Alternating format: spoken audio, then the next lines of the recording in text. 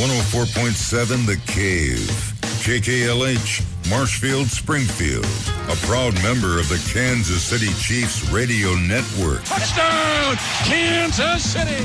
Now, it's time for Ned Talk. Well, here we are on a Saturday. Yeah, that's right. In case you're thinking it's Sunday, it's not. It's Saturday. We're getting set for the Chiefs and the Chicago Bears coming up from Chicago, Soldier Field. Kickoff of that game a little bit afternoon. Pregame is coming up at 11 o'clock with Mitch Holtis, Dan Israel, Danon Hughes, and Art Haynes. But until then, you got us, the B team, Joe Westen, Ned Reynolds, and Josh Roberts. Ned, how are you today? This is the pregame show. Yes. This is the Ozarks pregame show. Ozarks we're your pre-party show. That's right. Yeah, that's right. Well, sun's out, beautiful day. It's relatively cool. There is football on the agenda. It's really an exciting time of the year because we have championship baseball races in progress as well. But the fact that it's the first football exhibition games with the college games starting in just a couple of weeks, that's really a lot of anticipation now. Yeah, it's a great time of year. Josh, how are you today? I'm doing great. I told Ned right before we went on the air that I've turned him into a verb.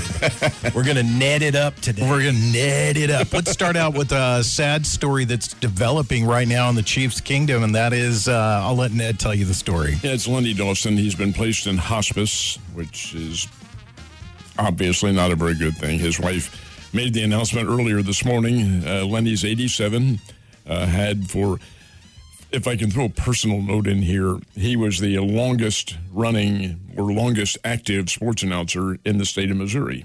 Nice. I was second, right behind him. Oh, look at you. Well, that was, I used to kid him about it, and he would say, you're a kid. But Lenny has been battling illness for quite some time, and apparently now, I must admit, I don't know what the nature of it is, but obviously it's not very good if he's being placed in hospice. So we just wish the very best and offer our most profound prayers. Yep, exactly. Josh, you've got a Lynn Dawson story. Would you like to share that with us? I do. I'll share it real quick. So my mother in the 70s owned a children's clothing store, and so they would go to a banquet type thing she called it market, where you'd go and buy clothing, and they had a big party and everything, and she was at that, and she was asked to dance by this gentleman, and so she's dancing with this guy, and he says, "You don't know who I am, do you?" And she goes, "No."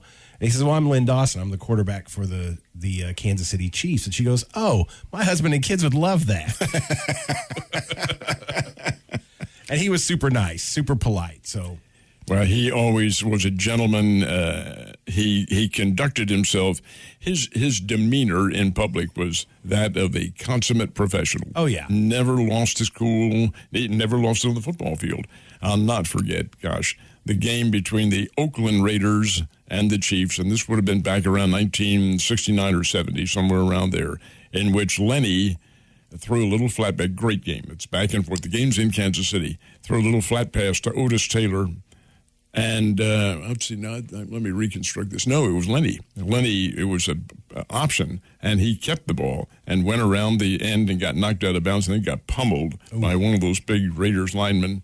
May have been, I'm not going to damn anybody because I don't remember. But immediately upon that happening, Otis Taylor comes running up to his defense, and I mean, it is the most violent brawl. I think this was the real thing. There wasn't pushing and shoving. There was swinging, and helmets were taken off, and it was a very big deal. And then this was a cause célèbre because finally, when everything was straightened out, they issued the penalties and put the ball back to the original line of scrimmage. They penalized both teams. How on earth you could do that, I'll never tell you, but that's what they did. So we have our first preseason game. The preseason's been going on, but this will be the first Chiefs preseason game, and they'll be taking on the Chicago Bears. Again, the kickoff for that is at noon. What do you expect to see from the Chiefs today, Ned? I think we'll see the starters in there for, in Mahomes' case, probably maybe a couple of sets. Because I think that Andy Reid, I'm judging from what I read out of training camp, might be a little bit, and I don't, concerned is far too strong a word to put into this case, but he may be a little bit dubious about the three receivers who they have, none of whom, of course, is Tyreek Hill. You have three new receivers. They're all good. But is there timing there? Sure, it is 7-on-7 in practice. That's fine. What is it going to be like in a game? Well, they'll be playing games, and you'll see Juju Smith-Schuster, and you'll see Scantling in there. And Josh Gordon. Josh Gordon's the one on the bubble right now. I don't view McCole Hardman as being on the bubble, but Gordon I do. Here's a guy who's been around. He's in his 30s now, still trying to hang on. And the Chiefs, they're putting a lot of stock in him, what he does in this game, and I think he'll see a lot of action. I think Mahomes will be in there for a while. Offensive line, probably pretty good. I really want to see how Karlaftis plays on defense when he is in there, and I think he'll be in there quite a bit. What do you think we'll see today, Josh? Well, I think we'll see the starters for a short amount of time, and then you're going to see a lot of guys trying real hard to get a spot on this team. And I want to see what Ned was just talking about. I want to see the wide receivers and see how they're doing. I want to see Karlaftis. I want to see Dunlap. I want to see how that defensive line gels together and meshes together, and I want to see how they're going to do. You're talking about Josh Gordon. He's listed as third on the depth chart behind Sky Moore, Schuster, and somebody else. So it's going to be interesting. He's got a lot to prove this year, I think, because they brought in players that are similar in stature to him and younger, so that theoretically they've got more ability. So he may be on, like you said, he's definitely on the bubble. He's got to prove that he belongs on that team, I think. That's why I think these exhibition games are extremely important in his case, because, as Joe just mentioned, Sky Moore is a very highly regarded rookie out of Central Michigan, Chippewas. It's Central Michigan, and he's come in and flashed some great speed. Again, it's in practice. Right. So that's the beauty of it. This gives these guys an opportunity to get some game speed. Even if it's not for a long time, it gives them that idea of how much faster the game is than in practice. And so then they can start to get ready for that. So, I don't think you're going to see the starters for very much of this game, but hopefully they make a pretty big impact, and then we go on. Aren't we all on the bubble a little bit? Oh, really? Sure. Yeah, we're all kind of day to day and on the bubble. You're listening to Ned Talk. It's your local live sports talk show right here on 104.7 The Cave, your home for the AFC West champions, the Kansas City Chiefs. First game of the season. Well, it's less than 2 hours away as they take on the Chicago Bears from Soldier Field this afternoon. We are, as Ned said, your pregame show. What are you focused in on, Ned? I'll tell you right up front, I'm focused in on this running back situation that the Chiefs have, because you were talking about Andy Reid not being sold on the wide receivers. I know he's not sold on Clyde Edwards-Helaire. He is not. I think Edwards-Helaire will probably get the start, but I also think you're going to see Pacheco in there. He's the number one returner, but he's also a terrific running threat as well. There are others who are vying for a place on that team. Edwards-Helaire is going to have to show some real solid motivation to earn a place on this team. I think he does get the start, and I think he'll run really hard. But he is also an individual on whom to focus. I'm going to look a little bit more at the defense, though. I want to see how the defensive team plays, especially the revamped backfield that they have and the line, because you'll see a little bit of Clark in there and a little bit of Jones, but you'll see some of the others. Dunlap, who you just mentioned, he'll get plenty of time in there, as will Karlaftis. And how these guys play, what they show in the game, how they react to circumstances, especially in Karlaftis' case, that he's not accustomed to. He's coming over from college. Now, Dunlap's been around. Heck, he's been in the pros for years. But in Karlaftis' case, this ain't Purdue, boys. This is the big deal. Right. And how he reacts and how the defensive backs, and there are several new ones in there, key individuals who are being looked upon to take Honey Badger's place, and it's just still a work in progress. Do you read anything into the little changes that are going on in the depth charts all preseason or all leading up to the preseason? Karlaftis has been in that number one spot, but as we head to this first game, Mike Dana has supplanted him. So, and you've said all along, Ned, that you didn't think Karlaftis would start. And I don't think he will today either. Karlaftis, interestingly enough, is an outstanding player. He's All-America, but he is not overly huge. And this doesn't even enter into, I'm not sure he's an American citizen either. He was born in Greece and was in the nation of Greece until he was 13 years old when he moved over to this country. Now he's a multi-sport athlete, tremendous swimmer, great track and field, soccer. He's very good at soccer, but he is also big. Now, he is not overly big. He's 275 pounds, and a defensive end, that's not too huge. He probably does have a lot of quickness. In the Big Ten Conference, the guy was really salty, a very good player for an average Purdue team. Therein lies, I think, the key, because the defenses were built around him at Purdue. They're not going to be built around him with the Chiefs, and how he reacts to that, what he's able to do at defensive end. He may not end up at defensive end. He may end up somewhere else. This, again, is going to be all according to how he is judged in practice and so forth. I think the guy's a good player, but we'll see what happens, because those two defensive ends that they have in there, Clark, if he wants to play, and Chris Jones are very solid players. What do you think, Josh? Well, the two things that you mentioned are the two things that I always like to watch with football. I like to see good running backs. I like to see good defense. So that's what I'm looking forward to. The running back situation, I've been very vocal about how I don't think they should have even kept Clyde Edwards-Helaire. So I'm looking forward to the other guys getting some reps and seeing how they do.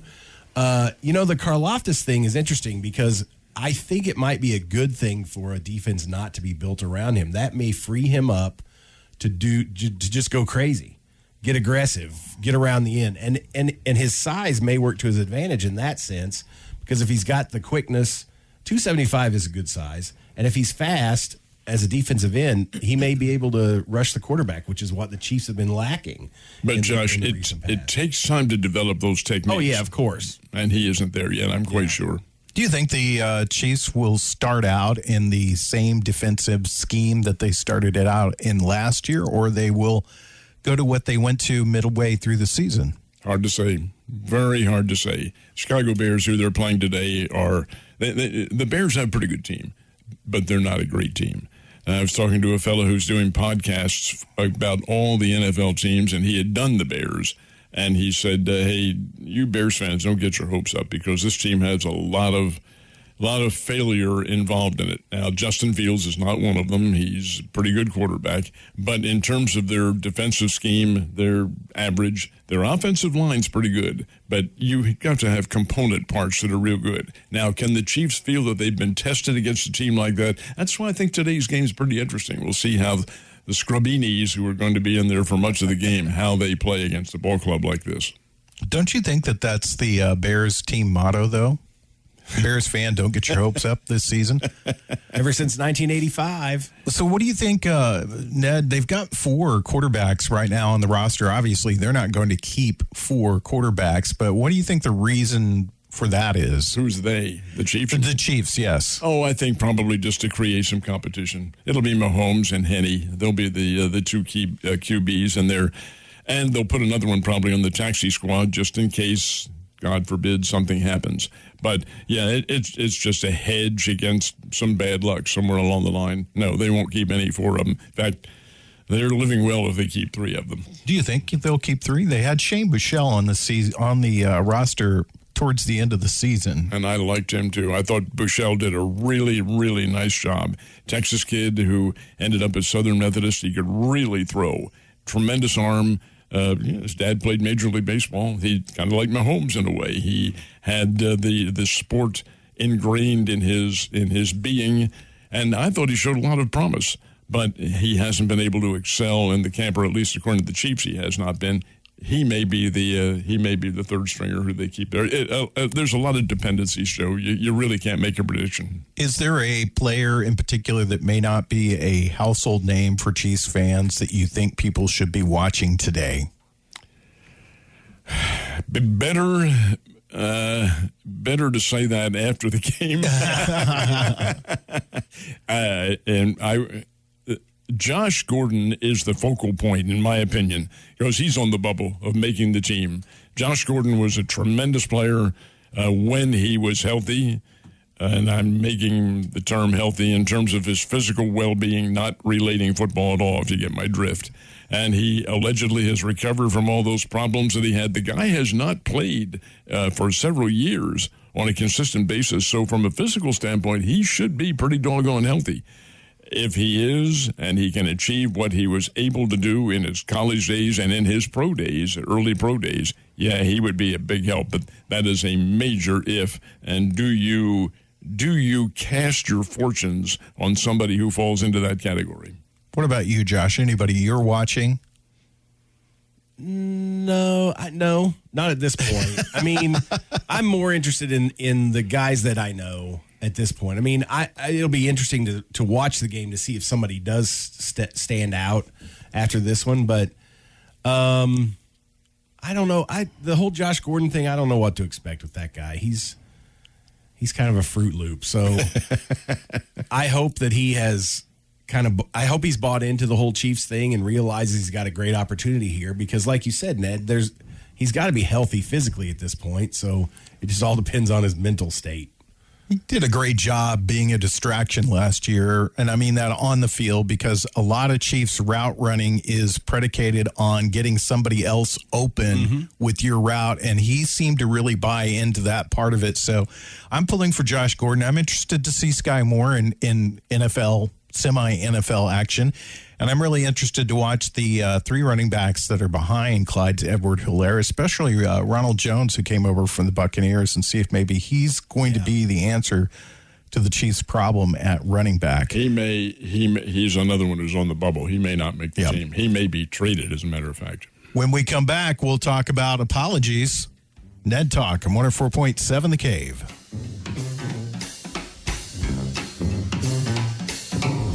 You're listening to Ned Talk on 104.7 The Cave, part of the Kansas City Chiefs Radio Network. Back to Ned Talk on 104.7 The Cave. A proud member of the Kansas City Chiefs Radio Network. Chiefs pregame show starts in 33 minutes, and then we'll have the kickoff little afternoon today right here on 104.7 The Cave, your home for the AFC West champions, the Kansas City Chiefs right here in the Ozarks. I'm Joe Westen, joined by Ned Reynolds and Josh Roberts. We're talking sports, and yesterday was the day for a couple of major guys to make mea culpas, or at least try to make mea culpas. Who do you want to start with, Fernando Tatis Jr. or Deshaun Watson? Well, they're both low on the IQ scale, in my opinion. Oh, tell us how you really feel. Honestly. Oh, wait, no, don't. Honest to goodness. In Deshaun Watson's case, he did issue an apology. The incidents occurred a year and a half to 2 years ago, and now he is issuing the apology. Sorry. Read into that. And in Tatis' case, what on earth? Hey, Fernando, how about GROWUP? Grow the hell up. I love it when he spells. I love it, too. The emphasis. I mean, come on. Look, here's a guy making zillions of dollars. He is a key member of their team, and he alleges it was for ringworm. I didn't even know that existed anymore. Let's start with Tatis. Only in third world countries. Yeah, let's start with Tatis then, since we're on that. Ringworm is what he says. He says he took a medication that helped with ringworm, but it had a performance-enhancing drug in it. Do you call BS on that or not? Well, who was it helping? The ringworm, or was it helping him? Yeah, exactly. Come on. This is ridiculous. Yes, and I think the general manager, while he didn't come right out and say this is BS, I think he hinted at that in saying that's what's alleged to be, but we're going to play by the rules, and he's going to be suspended for 80 games. 80 games carries over into next year, folks, and it also includes the World Baseball Championship. This is another that happens every 4 years. And it's during the spring training season. The players are playing for their home country. He can't play for the Dominican Republic now. He's out.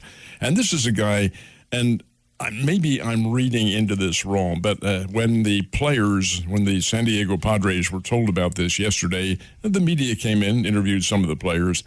Their statements, and again, it's my interpretation, did not really indicate to me that the guy's going to be sorely missed. Yes, his talents will. But as an individual, hey, God's got to pay the price for it. Whereas in other cases, oh my God, this is terrible. What? Right. He's been a victim of all this, and there wasn't any of that at all. That leads me to believe that he may not be Mr. Overwhelmingly Popular on that team. I thought it was perhaps too many blizzards that he had. Perhaps. DQ blizzards? I thought it was interesting what the general manager said about it, that they were hoping for more maturity out of him, and that obviously they didn't get it, and that it was something they were going to have to take a deep dive into. All right, keep in mind, he hasn't played at all this year. Yeah. Why has he not played? Because in spring training, he had a motorcycle accident and broke his wrist. What on earth? You're a professional athlete. What are you doing? Come on, man, grow up. He was obviously riding that motorcycle to try to avoid getting ringworm. Ringworm was chasing him, and he was trying to get away from it. And Right. And then he wrecked his motorcycle. That's how he got ringworm, apparently. This is so absurd. Here's my thing. Okay, you're a professional athlete. You're in a sport that is governed by these rules, and they have no tolerance for this performance-enhancing drug policy. You should read the ingredients on everything you put in your body before you put it in your body. Of course. If you had ringworm, there are probably other ways to get rid of it besides the steroid-containing drug that you used or whatever the performance-enhancing drug was that was in it. I assume it was probably a steroid because I can't imagine what else you would use to get rid of something like ringworm. But come on, that's where the maturity level needs to come in. You have a responsibility to yourself and to your teammates to be there, especially when you're as talented as he is.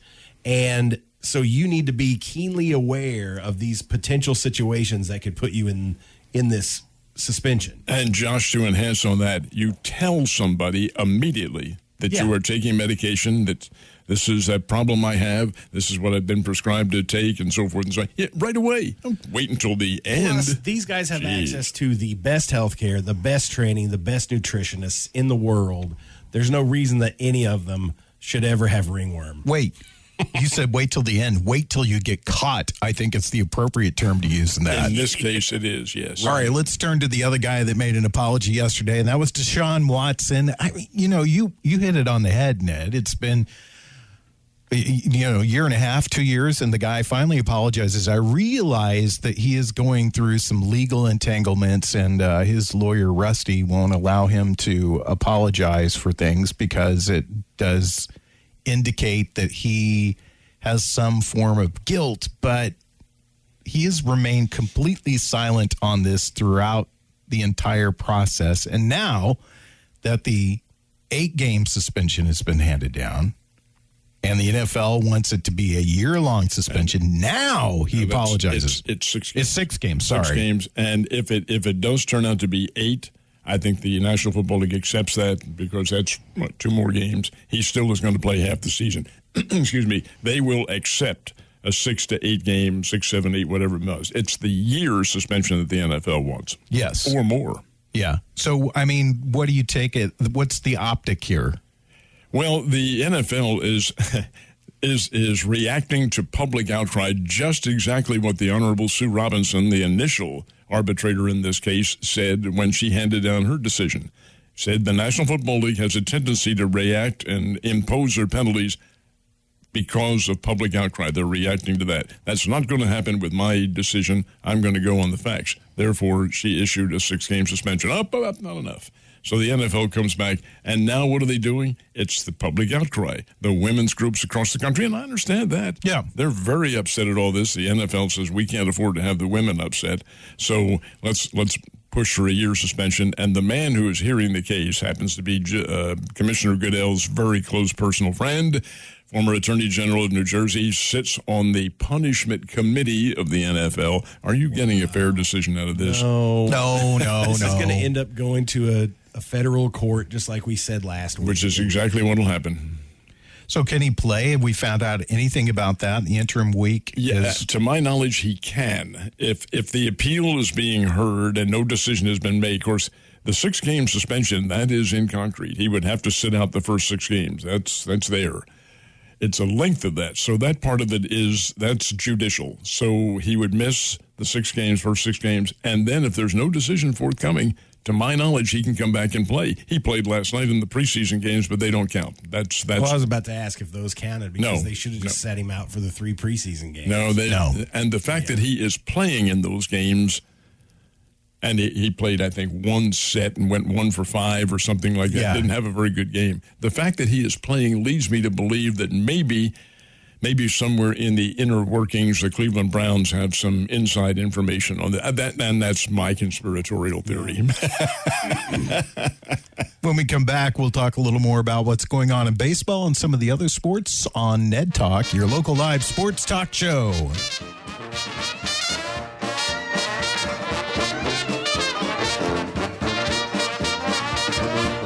You're listening to Ned Talk on 104.7 The Cave, part of the Kansas City Chiefs radio network.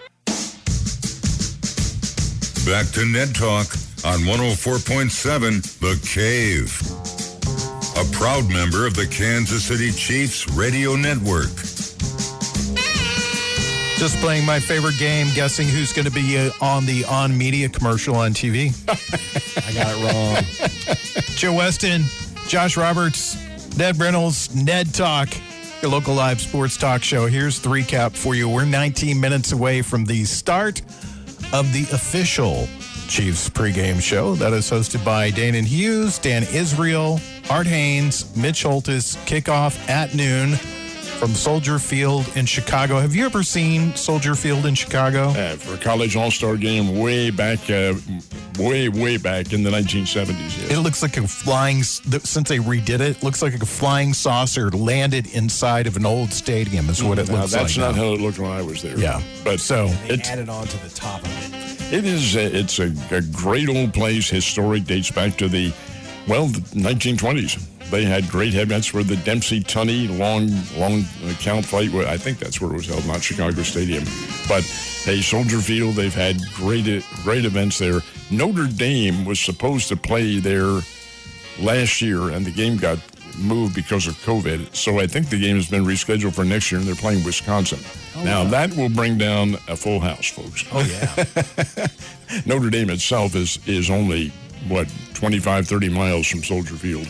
Anyway, kickoff for that game begins noon, right after noon this afternoon, and it's our first Chiefs broadcast of the season. I'm excited to hear some football on the radio. I hope you guys are going to stick with us all day long for the Chiefs pregame, Chiefs postgame, Chiefs game. It's all right here on 104.7 The Cave, your home for the AFC West champions, the Kansas City Chiefs, right here in Southwest Missouri. Let's talk about some of the other big storylines that are happening in football right now. Is there anything that's really sticking out to you, Ned? I think probably the Deshaun Watson case is the one that is commanding most of the headlines, and what eventually is going to happen with his suspension. Yeah, there's a lot of debate one way or the other, but that's probably the key story right now, other than the games themselves, the exhibition games, and of course everybody's playing them. There will be a couple more, the Chiefs game today and a couple more today. Then the Chiefs play again next Saturday, only it's later in the afternoon, and this will be at Arrowhead, and that'll be a 3 o'clock kickoff, so we'll be on at 1 for that. But other than that, no, nothing in the football thing that is really sticking out other than that possible suspension. Baseball is the one that's really creating most of the headlines, and of course the ongoing argument between the PGA and the LIV Tour. Yeah, I that's something I want to touch base on because we started to talk about it last week. Let's go ahead and talk about that right now. What's the latest with all of that, Ned? Well, nothing right now because the LIV Tour has filed an antitrust lawsuit, and antitrust lawsuits are going to take forever and ever and ever to adjudicate, and may never, as far as that's concerned. But they did have 3 of the LIV golfers. Now, keep in mind, the PGA Tour began, this is the end of the season, and they're playing their 3 playoff rounds now, and the winner of this playoff, the individual winner, gets $15 million. There are 3 players on the LIV Tour who want it back. The others who've defected, we've got not enough money. The 3, no, wait a minute. You want to come back on the tour to compete? So they filed a restraining order out in San Francisco, and the judge heard it on Tuesday of this week. The tournament started on Thursday, so they had to make a very quick decision, and that decision was niet. You're not playing. You knew the rules ahead of time. PGA said, you jump and you're suspended. That's clear-cut, guys. Don't look for some kind of judicial allowance here. You guys are not playing. So the individuals who are going now for the grand prize, and it's most of the golfers, are now eligible for that $15 million first prize. Wow. What do you think, Josh? So here's my first question. So is the PGA being so aggressive against this other tour because they feel like this other tour can beat them in money? Yes, that's exactly what it is. So this is about money. The PGA is obviously more established. The PGA is on all the networks. They've got all these long-term contracts with the networks, but they're still afraid of the money that this Live Tour has. Oh, of course. It's and who is supplying the money? There's the big argument. It's Saudi Arabia, and they're not exactly the kings of worldly behavior, and therein lies the key to the argument. Hey, these people, the human rights, they're last place, gang, last place on the list of countries in the world as far as human rights. Do you want to take their money? What kind of people are you? Are you anti-American? Well, I don't really think that's the factor involved with these other players. The fact that they're being guaranteed money. My problem with it, and I don't really have a dog in the hunt, it doesn't make any difference to me, but the lack of competition. You're going to get money regardless of how you do. Regardless, that's the understanding. What kind of a tournament is that? It's exhibition is what it is. And a shotgun start for a pro tournament? You've got to be kidding me. Oh, that's what they do is a shotgun start? Right.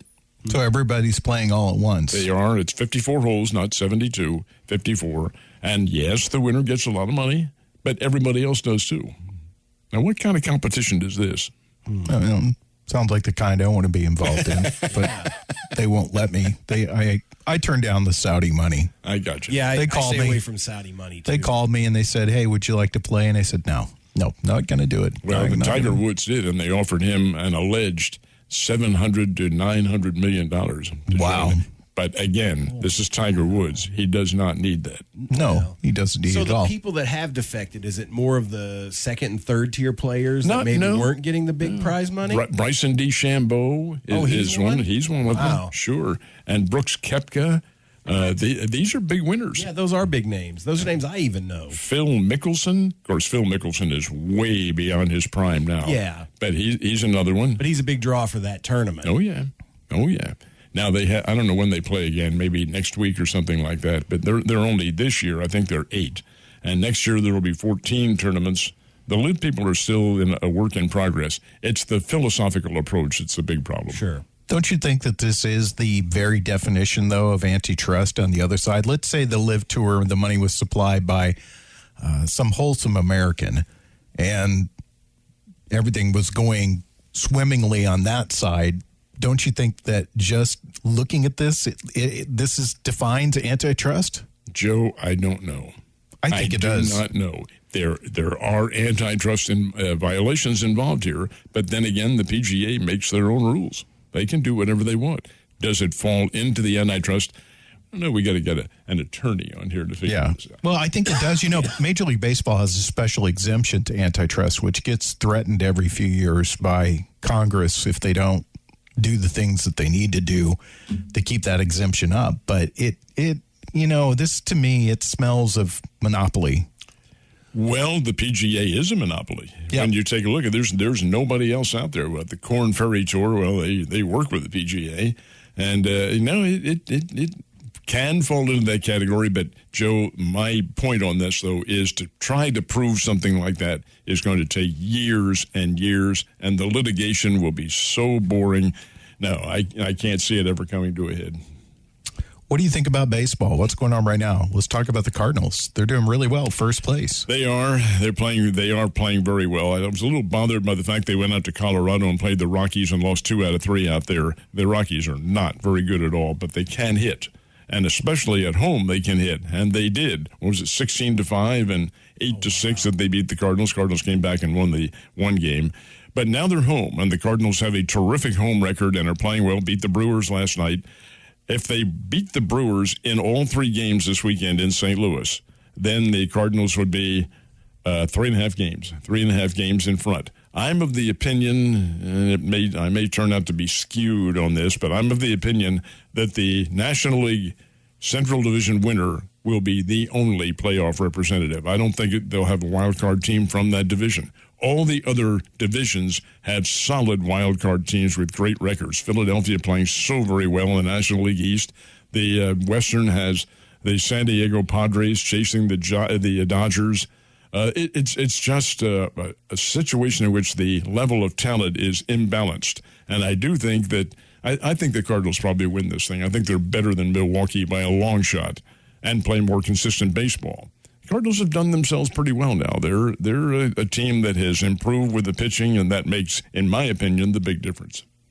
One of the great stories of Major League Baseball season, where we're kind of watching it on TV right now, is Wynton Bernard, 31 years old, 863 games in the minor leagues, gets called up to the majors for the first time last night, plays for the Colorado Rockies. There's video of him telling his mother that he finally made it to Major League Baseball. Got a single last night, stole a base, scored a run. You got to pull for guys like that. He played 10 years of minor league baseball. That is what you call a baseball lifer, and that's the type of guy that you pull for. Love it. His name is Wynton Bernard, and he did make it up. First of all, guys don't usually spend that much time. If you haven't made it after 4 or 5 years, sayonara, gang, you've been cut by somebody. Yeah. However, there are those old players who say, hey, look, you don't need to pay me a lot of money. I want to give it one more try, and they'll make a place for you if that happens. The chances of them making it, pretty remote, but this kid did. That's great. Well, not only did he make it up, he made the best of the situation. That's a great first game. That's amazing. Exactly. When we come back, we'll tell you, we'll just recap what we're doing here on Ned Talk, your local live sports talk show. We're just a few minutes away from the beginning of the pregame show.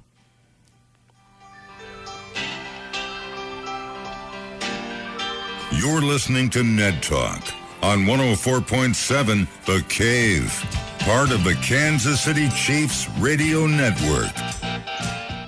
93 for a high today under sunny skies. Back to Ned Talk on 104.7 The Cave, a proud member of the Kansas City Chiefs radio network.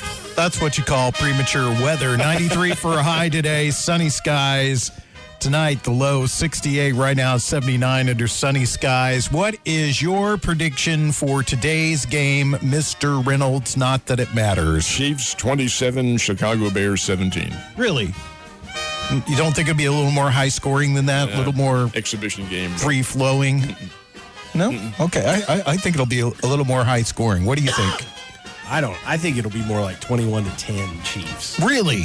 Yeah.